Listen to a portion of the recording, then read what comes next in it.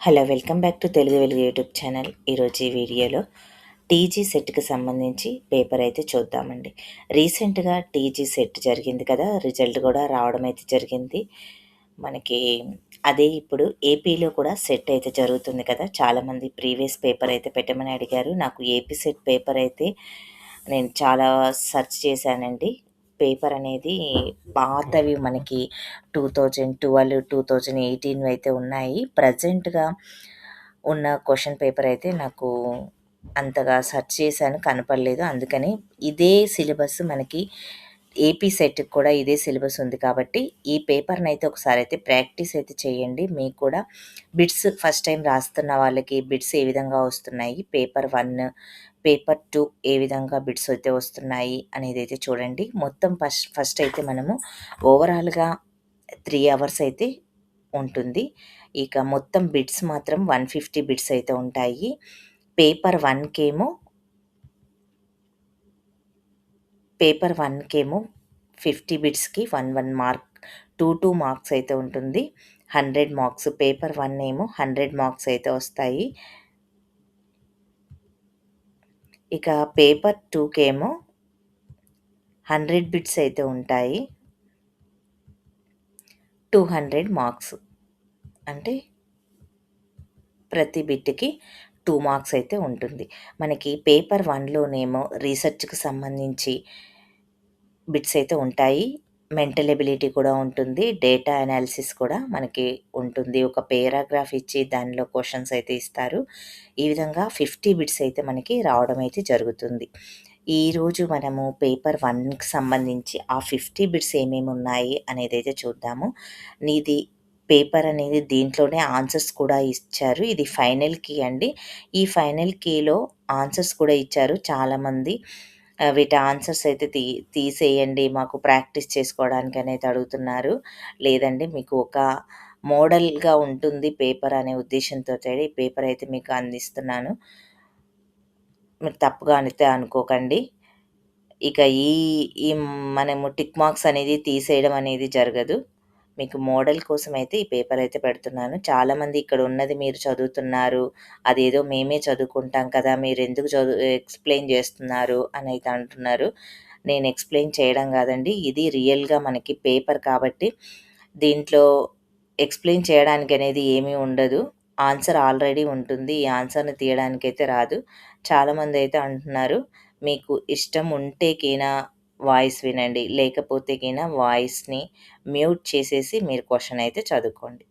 మూల్యాంకన పద్ధతి సందర్భంలో డయాగ్నోస్టిక్ పరీక్ష ప్రాథమిక ఉద్దేశ్యం ఏమిటి అనైతే ఇచ్చారు. విద్యార్థిని నిరంతరమైనటువంటి అభ్యసన, ఇబ్బందులు, మూల కారణాలను గుర్తించుట.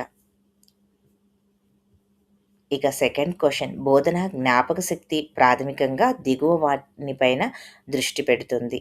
బోధన జ్ఞాపక శక్తి అనేది ప్రాథమికంగా వాస్తవిక సమాచారాన్ని నిల్వ చేసి తిరిగి గుర్తుంచుకోవడానికి ఉపయోగపడుతుంది. అభ్యాసకుని కేంద్రంగా బోధనా పద్ధతి ఈ క్రింది వాటిలో దేనిని సరిగ్గా వర్ణించవచ్చును. ఇక్కడ అభ్యాసకుని యొక్క కేంద్రంగా బోధనా పద్ధతి ఈ క్రింది వానిలో దేనిని సరిగ్గా వర్ణించవచ్చు అనేది ఉపాధ్యాయుడు సహాయం చేస్తే విద్యార్థులు సక్రియంగాను తమ జ్ఞానాన్ని తామే సంపాదించుకుంటారు. ఎందుకంటే మనకి చాలామంది తెలుగులో ఉంటుందా పేపర్ 1, పేపర్ 2 అనేది అడుగుతున్నారు. పేపర్ 1 అనేది తెలుగు, ఇంగ్లీష్ రెండిట్లలో ఉంటుంది. పేపర్ 2 మాత్రము మీ సబ్జెక్ట్ ఏదైతే ఉంటుందో అది తెలుగు అయితే తెలుగు ఉంటుంది. ఇంగ్లీష్ అయితే ఇంగ్లీష్ కూడా తెలుగు, ఇంగ్లీషు 2 లాంగ్వేజ్‌లలో అయితే ఉంటుంది. ఉపాధ్యాయుడు వివిధ రకాల సాంప్రదాయక, నవీన బోధనా ఉపకరణాలు ఉపయోగిస్తాడు. ఈ దిగువ వాణిలో ఏది ఐసీటీ ఆధారిత మద్దతు పద్ధతికి ఉదాహరణ? ఐసీటీసీకి సంబంధించి బిట్స్ కూడా అడుగుతున్నారు. పరిశోధనకు ఆన్‌లైన్ డిజిటల్ కేంద్రాలయంగా ఉపయోగపడుతుంది. విద్యార్థి పనితీరును బట్టి గ్రేడ్లు, క్రెడిట్లు ఇచ్చు కొత్త మూల్యాంకన పద్ధతిని ఏమంటారు? గ్రేడ్లని, క్రెడిట్లని ఇచ్చే దానిని ఎంపిక ఆధారిత క్రెడిట్ పద్ధతి అంటారు. సిబిసిఎస్ అనే పద్ధతి. పరిశోధనలో ఈ దిగువ ఏ పద్ధతి పోస్ట్ పాజిటివిటీ స్టిక్స్ దృక్పథము అనేది ఇచ్చారు. ఇక విజ్ఞానము మానవ వివరణ పైన ఆధారపడిందని, ఒక సంఘటనలో వివిధ దృక్కోణాలు ఉన్నాయని అంగీకరిస్తుంది. పరిశోధనా దశగా ఐసిటిని అనువర్తించుట యొక్క ముఖ్య ఉద్దేశం ఏమిటి? ఐసిటిని అనువర్తించుట యొక్క ముఖ్య ఉద్దేశం ఏమిటి? దత్తాంశ సేకరణ, వివరణ, వ్యాపింపచేయు ప్రక్రియను డిజిటలైజేషన్ చేయుట. ఇక్కడ ఒక పరిశోధకుడు ప్రత్యేక విద్యా విధాన చారిత్రక అభివృద్ధిని అర్థం చేసుకొనుటకు అధ్యయనం చేయదలచాడు. ఈ అధ్యయనమునకు ఏ రకపు పరిశోధనా పద్ధతి ఎక్కువగా తగినది? చారిత్రక పరిశోధన. ఒక పరిశోధన అధ్యాయంలో గ్రంథచౌర్యము అనగా ఇతరుల పని లేదా వారి ఆలోచనలకు తగిన క్రెడిట్ ఇవ్వకుండా ఉపయోగించటము అనేది గ్రంథచౌర్యము అనగా. పరిశోధనా ప్రక్రియలో మొదట మరియు ఎక్కువ క్లిష్టమైన దశ ఏమిటి? ఎక్కువ క్లిష్టమైన దశ. మనకి ఎక్కువగా పరిశోధన నుంచి అయితే వస్తాయి బిట్స్. ఇక్కడ ఐసిటి నుంచి కూడా ఎక్కువగా బిట్స్ అయితే వచ్చాయి. మీరు ఈ 2 టాపిక్స్‌ని చూసుకోండి. మనకి 10 బిట్స్ దాకా ఐసిటి నుంచి అయితే ఇప్పటి వరకు 2 బిట్స్ అయితే వచ్చాయి. ఇక మిగతావన్నీ పరిశోధనకు సంబంధించే వచ్చాయి. పరిశోధనా సమస్యలను సూత్రీకరించడము అనేది ఎక్కువ క్లిష్టమైన దశ. ఇక మనకి 10 బిట్స్ అనేది పరిశోధనకు సంబంధించి ప్లస్ ఐసిటికి సంబంధించి ఉన్నాయి. దీంట్లో మీరైతే మార్క్స్ అయితే మిస్ చేసుకోవద్దండి. ఇక ఒక పేరాగ్రాఫ్ అయితే ఇస్తారు. ఇచ్చి దీంట్లో నుంచి 5 క్వెషన్స్ అయితే ఇస్తారు. దీని నుంచి కూడా మీరు మార్క్స్ అయితే మిస్ చేసుకోవద్దు. హిరోషిమా అణుబాంబు విస్ఫోటన ప్రభావము తక్షణ నాశనం కంటే చాలా విస్తృతమైంది. నగరం మొత్తం బూడిద రాశిగాను మిగిలిపోవడము ఒకటే కాదు, అణుయుద్ధం కలిగించే భయంకర వినాశక శక్తికి పెద్ద చిహ్నంగా ఉండిపోయింది. బాంబు విస్ఫోటన ప్రాంతంలో నిర్మించిన శాంతి స్మారక చిహ్నం ఒక జపాన్‌కి మాత్రమే కాదు, యావత్ ప్రపంచానికి అణుయుద్ధం ఘోర పరిణామాలను గుర్తుచేసే స్థలంగా నిలిచింది. అక్కడ అటామిక్ బాంబు గోపురము అవశేషాలు నాటి ఘోర వినాశక శక్తికి సంకేతంగా అలానే పునర్నిర్మించకుండా వదిలిపెట్టబడింది. ఆ తర్వాత ఆధునికంగా అభివృద్ధి చెంది పునర్నిర్మింపబడిన హిరోషిమా నగరం అక్కడ ప్రజల శోకతప్త, విషాదభరిత, ప్రతిఘటనాయుత పునరుజ్జీవనానికి గుర్తు. నాటి సంఘటన ప్రభావము కేవలం భౌతికమైనది కాదు, అంతర్జాతీయ సంబంధాలను మళ్ళీ నిర్మించడము, ప్రపంచవ్యాప్తంగా ఆయుధాల ఉత్పత్తిలో పోటీతత్వానికి, సంబంధిత వ్యాప్తి, భవిష్యత్తు యుద్ధాలపై అంతర్జాతీయ చర్చలకు తెరదీసింది. ఇక్కడ హిరోషిమా నగరం అక్కడ ప్రజల శోకసప్తం, విషాదం ఇవన్నీ కూడా మీరు కొన్ని ఇంపార్టెంట్ అనేదివి అండర్లైన్ ఇచ్చి చేసి పెట్టుకోండి ముందే. ఇప్పుడు బిట్స్ అయితే చూద్దాం. అణుబాంబు డోమ్ నిర్మాణ అవశేషాన్ని పూర్వికంగాను విధ్వంస స్థితిలోనికి వదిలిపెట్టడంలో గల కారణాలు ఏమిటి అనేది ఇచ్చారు. నగర ప్రతిఘటన శక్తి మరియు సంఘటన యొక్క స్మరణను ప్రతిబింబించడం. హిరోషిమాను ఆధునిక నగరంగా పునర్నిర్మించడం ప్రధానంగా ఏమని సూచిస్తుంది? అణుబాంబు గుండ్రని నిర్మాణం అవశేషం నుండి స్ఫూర్తి పొందిన వాస్తుకళా విశేషణం. ఇక రచయిత ప్రధానంగా ఏ లక్ష్యంతో ఈ వ్యాసాన్ని రాశాడని అనుకోవచ్చు? అణుశస్త్రాల వాడుకను వ్యతిరేకంగా వాదించడం.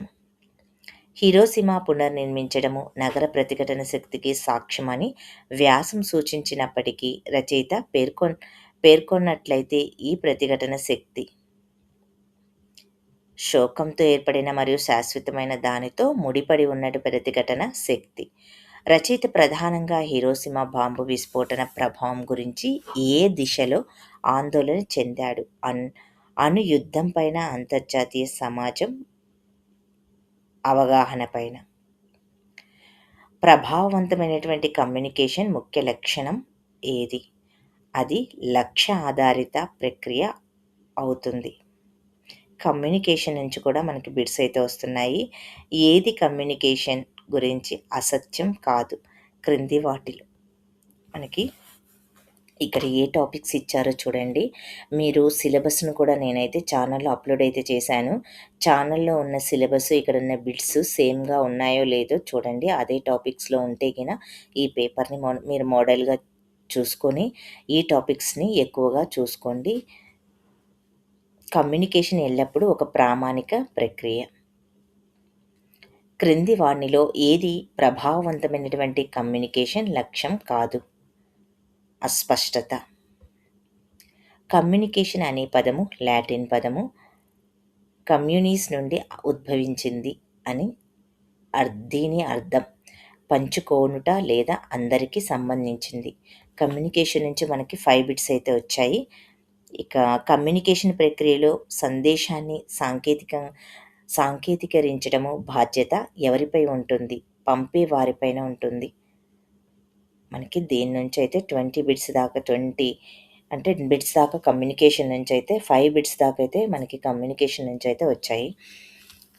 పరిశోధన నుంచి ఒక 10 బిట్స్ అయితే వచ్చాయి. ఐసీటీ నుంచి ఒక 5 బిట్స్, పరిశోధన నుంచి ఒక 5 బిట్స్, కమ్యూనికేషన్ నుంచి ఒక 10 బిట్స్ అయితే రావడమే జరిగింది. మనకి ఒక పేరాగ్రాఫ్ ఇచ్చి క్వెషన్స్ అయితే 5 అయితే ఇచ్చారు. ఇద్దరు వ్యక్తులు ఏ మరియు బి ఒక వృత్తాకార పార్కు చుట్టూ పరిగెడతారు. వారిలో ఉదయం 6 గంటలకు ఒకే స్థానం నుండి మరో దిశలో పరుగులు ప్రారంభించాడు. ఏ, బిలు వరుసగాను 4, 6 రౌండ్ల చొప్పున పరిగెడతాడు. ఏ సమయాన వారిద్దరూ 3 సార్లు ఒకరినొకరు దాటుతారు. 7:30. ఒక వ్యక్తి ఒక పనిలోని 3/4 వంతు భాగాన్ని 9 రోజుల్లో పూర్తి చేయగలడు. ఒకవేళ ఆ పని పరిమాణము 75% పెరిగితే ఆ పని పూర్తి చేయడానికి అదనంగా ఎన్ని రోజులు అవసరమవుతుంది? మనకి 12 రోజులు అవసరమవుతుంది. వీటన్నిటికీ ఈ బిట్స్ మీరు అర్థమెటిక్ రీజనింగ్‌కి సంబంధించి అగర్వాల్ బుక్ అయితే ఉంటుంది. తెలుగు మీడియం, ఇంగ్లీష్ మీడియంలో ఉంటుంది. అగర్వాల్ బుక్‌నైతే మీరు చూసుకోండి. ఇంకా పరిశోధనకు సంబంధించి కమ్యూనికేషన్‌కి సంబంధించి ప్రాగ్మా పబ్లికేషన్ పేపర్ 1 అనేది మీకు దొరుకుతుంది. ఆ పేపర్ 1 అనేది తీసుకోండి. నేను లింక్స్ కూడా డిస్క్రిప్షన్‌లో అయితే ఇస్తాను. ఇవన్నీ కూడా బిట్స్ అండ్ బ్లడ్ రిలేషన్‌కి సంబంధించిన బిట్స్ ఇవి. ఒక దుకాణదారుడు అనుమతించిన తగ్గింపు ఈ విధంగా ఉంది. 10 ఒకే రకమైనటువంటి వస్తువులను కొనుగోలుదారుడు 8 వస్తువుల ప్రకటిత వెలకు 10 వస్తువులను పొందుతాడు. అప్పుడు తగ్గింపు ఇచ్చినది ఏమిటి? 20. మీరు ఫస్ట్ అయితే థియరీ టైప్ ఉన్నటువంటి క్వెషన్స్ అయితే చేయండి. తర్వాత ఈ అర్థమెటిక్ రీజనింగ్‌కి అయితే రండి. ఇక్కడ హైదరాబాదు అనేది మనకి ఈ కోడ్‌గా అయితే చేస్తే, అదే కోడ్ పరిభాషలో నిర్మల్‌ని ఏ విధంగా రాస్తారు? ఇదనేది హెచ్‌కి ఐ, వైకి ఏ అనైతే ఇచ్చారు. డీకి జి అని ఇవ్వడమే జరిగింది. ఇలాగ మీరు కోడ్ భాషలో అయితే నిర్మల్‌కి రాయమని అయితే అడుగుతున్నారు. ఇక్కడ వెన్ చిత్రాల నుంచి కూడా మనకి బిట్స్ అయితే రావడమే జరిగింది. ఈ వెన్ చిత్రాలను కూడా మీరు చూసుకోండి. ఇక్కడైతే ఏ టాపిక్స్ నుంచి బిట్స్ ఇచ్చారు అనేదైతే చూసుకోండి. ఫస్ట్ అయితే ఇవి మ్యాథ్స్ కష్టం అనుకున్న వాళ్ళు ఈ బిట్స్ అయితే చేసుకోండి. ఆల్ఫాబెటికల్ ఆర్డర్‌లో పెట్టడము. ఏఎఫ్హెచ్ఈ జీఎన్ఆర్‌క్యూ వైఐక్యూక్యూ అనేటివి ఇది ఏ విధంగా వచ్చింది? తర్కంలోని పదజాలంలోని సార్వత్రిక నిశ్చయాత్మకమైనటువంటి ప్రవచనము నేమందురు అనేది ఇచ్చారు. ప్రతిపాదన. క్రింది వాటిలో ఏది వర్గీకరణ ప్రతిపాదనకు ప్రాతిపదిక రూపం కాదు? కొన్ని క్షీరదాలు ఆరాధనీయమైనవి. ఒక వస్తువు లేకపోవడము లేదా గ్రహించకపోవడం వలన పొందే జ్ఞానమును సరిగ్గా వివరించేది. ఒక వస్తువు లేకపోవడము లేదా గ్రహించకపోవడం వలన పొందే జ్ఞానముని అనుపలబ్ధి అని అంటాం. ఇక్కడ మనకి డేటా అనాలిసిస్ అయితే వచ్చింది. డేటా అండ్ ఇంటర్ప్రిటేషన్‌కి సంబంధించి 5 బిట్స్ అయితే వస్తున్నాయి. 31 నుంచి 5 బిట్స్. మీరు ఈ డేటాను చూసి దేనితో ఈ క్వెషన్స్ అయితే చెయ్యాలి. ఇందులో మనకి ఒక దానికైతే యాడ్ స్కోర్ అయితే ఇవ్వడం అయితే జరిగింది. ఒక క్వెషన్‌కి. ఇవైతే 5 బిట్స్ అయితే ఉంటాయి. యూఆర్ఎల్ అంటే ఏమిటి? Uniform resource location. ఇంటర్నెట్ అనే భావన ఎప్పుడు ఆవిర్భవించింది? 1969. వీడియో ఫైల్ ఫార్మాట్ కానిది? జేపీఈజీ. మనకి కంప్యూటర్‌కి సంబంధించి కొన్ని క్వెషన్స్ అయితే వస్తున్నాయి. స్వయం యొక్క ప్రాథమిక లక్ష్యము. మీరు టెట్‌కి ప్రిపేర్ అయ్యి ఉంటే గిన టెట్‌లో కూడా మనకి ఈ ఐసీటీ టాపిక్ అయితే ఉంది కదా! అదైతే చదువుకోండి. దాని నుంచి అవే బిట్స్ అయితే ఇక్కడైతే ఇవ్వడం అయితే జరిగింది. విద్యార్థులకు ఆన్‌లైన్ కోర్సులను అందించడం. భారతదేశంలో ఈ గవర్నెన్స్ కార్యకలాపాలను ఏ సంస్థ ఉత్ప్రేరకపరుస్తుంది? National information centre N I C. Millennium అభివృద్ధి లక్ష్యాల ప్రాథమిక పరిధి ఏమిటి? అభివృద్ధి కోసం జాతీయ సగటును సాధించడం పైన దృష్టి పెట్టడము. పర్యావరణంలోని భారీ లోహాలు మరియు సూక్ష్మ పదార్థాల విడుదల క్రింద పేర్కొన్న ఏ కార్యకలాపాల ప్రత్యక్ష ఫలితము? పారిశ్రామికీకరణ మరియు పట్టణీకరణ. బయోలాజికల్ ఆక్సిజన్ డిమాండ్ పరీక్షను ప్రధానంగా వీటికి ఉపయోగిస్తారు. నీటిలో జీవ అధోకరణము చెందే సేంద్రియ పదార్థాల పరిమాణాన్ని అంచనా వేయడానికి. గాలి ద్వారా వచ్చే కాలుష్య కారకాలు మానవ శరీరంలోనికి ప్రవేశించే ప్రాథమిక స్థానం ఏమిటి? శ్వాసక్రియ మరియు ద్వారా పీల్చడం. వాతావరణ మార్పులపైన జాతీయ కార్యాచరణ ప్రణాళిక ఎన్ఏపిసిసి మన భారత ప్రభుత్వం ఈ క్రింది కాలంలో ప్రారంభించారు. 2008లో ప్రారంభించారు. ఈ పురాతన భారతీయ విశ్వవిద్యాలయంలో ఏది సైనిక శాస్త్రము మరియు వైద్యానికి ప్రముఖ కేంద్రంగా ఉంది? తక్షశిల. స్వయం గురించి, నెప్చల్ గురించి సాంఘిక పరిజ్ఞానం యొక్క ఏకీకరణ భారతీయ ఉన్నత విద్యను ఎలా ప్రభావితం చేస్తుంది? మనకి స్వయం నుంచి 2 బిట్లు అయితే వచ్చాయి. ఇది ఈ లెర్నింగ్ ప్లాట్ఫామ్ విస్తరణ మరియు ప్రాప్యతను సాధ్యం చేసింది. ప్రాచ్య పరిశోధనా సంస్థల ప్రాథమిక లక్ష్యము. పురాతన లిఖిత ప్రతులు మరియు జ్ఞానాన్ని సేకరించడము, సంరక్షించడము మరియు ప్రచురించడం. క్రింది వాటిలో భారతదేశంలోని ప్రొఫెషనల్ కౌన్సిలింగ్కు ఉదాహరణ? Dental council of India. క్రింది వాటిలో ఏది సుపరిపాలనా లక్ష్యం కాదు? ఏకపక్ష నిర్ణయం తీసుకోవడం. ఇక మనకి 50 క్వెషన్స్ అయితే అయిపోయాయి. ఈ 50 క్వెషన్స్ అయితే మీరు ప్రాక్టీస్ అయితే చేయండి. సిలబస్‌లో ఈ టాపిక్స్ ఉన్నాయేమో చూసుకోండి. సేమ్ సిలబసే ఉందండి. మనకి టీజీకి, ఏపీకి, సెట్‌కి సంబంధించి తెలుగు కూడా సేమ్ సిలబస్ అయితే ఉంటుంది. మీరు ఈ బిట్స్ అయితే ఎక్కువగా ప్రాక్టీస్ అయితే చేయండి. ఇక్కడ వచ్చిన బిట్స్‌లో మెయిన్ మనకి పరిశోధనకు సంబంధించిన బిట్స్ ఉన్నాయి. కమ్యూనికేషన్‌కి సంబంధించిన బిట్స్ అయితే ఉన్నాయి. ఐసీటీసీకి సంబంధించిన బిట్స్ అయితే ఉన్నాయి. ఈ ఐసీటీసీకి మీరు టెట్ రాసిన వాళ్ళు ఉంటే గిన టెట్‌కు బీఈడీ చేసిన వాళ్ళు టెట్‌కు ఉన్న బిట్సే ఇక్కడ ప్రాక్టీస్ అయితే చేయండి. మీరు దీనికి ప్రాగ్మా పబ్లికేషన్ పేపర్ 1 అయితే మీరు తీసుకోండి. దాని లింక్ కూడా నేను డిస్క్రిప్షన్‌లో ఇచ్చాను. ఆల్రెడీ నేను సిలబస్ పెట్టా కదా! దాంట్లో ఆల్రెడీ లింకులు కూడా ఇవ్వడం అయితే జరిగింది. పేపర్ 1కి సంబంధించి, పేపర్ 2కి సంబంధించి ఇంపార్టెంట్ బుక్స్ అని. ఆ లింక్స్‌ని అయితే డిస్క్రిప్షన్‌లో ఇచ్చాను. వాటినైతే క్లిక్ చేసి మీరు బుక్స్ అయితే కొనుక్కోవచ్చు. ఇక దీంట్లో ఏమైనా డౌట్ ఉంటే కామెంట్ అయితే చేయండి. తెలుగు పేపర్‌ని కూడా నేను అప్‌లోడ్ అయితే చేస్తాను. ఇంకా మీకి వేరే సబ్జెక్ట్ వాళ్ళు ఎవరైనా ఉంటే మీ సబ్జెక్ట్‌కి సంబంధించి పేపర్ కావాలి అంటే కామెంట్ అయితే చేయండి.